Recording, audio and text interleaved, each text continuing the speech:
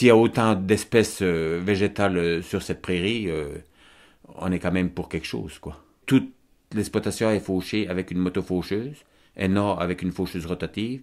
Donc, on protège beaucoup plus des insectes, des oiseaux. C'est une fauche moins agressive qu'avec les fauches mécanisées genre rotatives.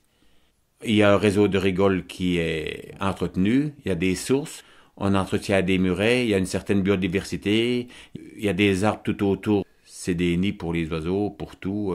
C'est un refuge, quoi, si on veut. Et puis une diversité de plantes aussi, du fait que toute la fauche a lieu après la floraison. On est respectueux de l'environnement, quoi. C'est sûr qu'on ne veut pas massacrer la nature.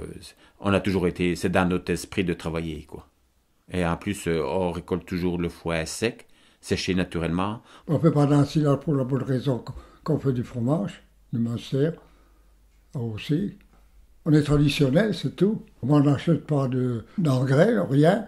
C'est le fumier, puis le lisier ou purin, c'est tout. C'est mon épouse qui est en charge de la fabrication du Munster.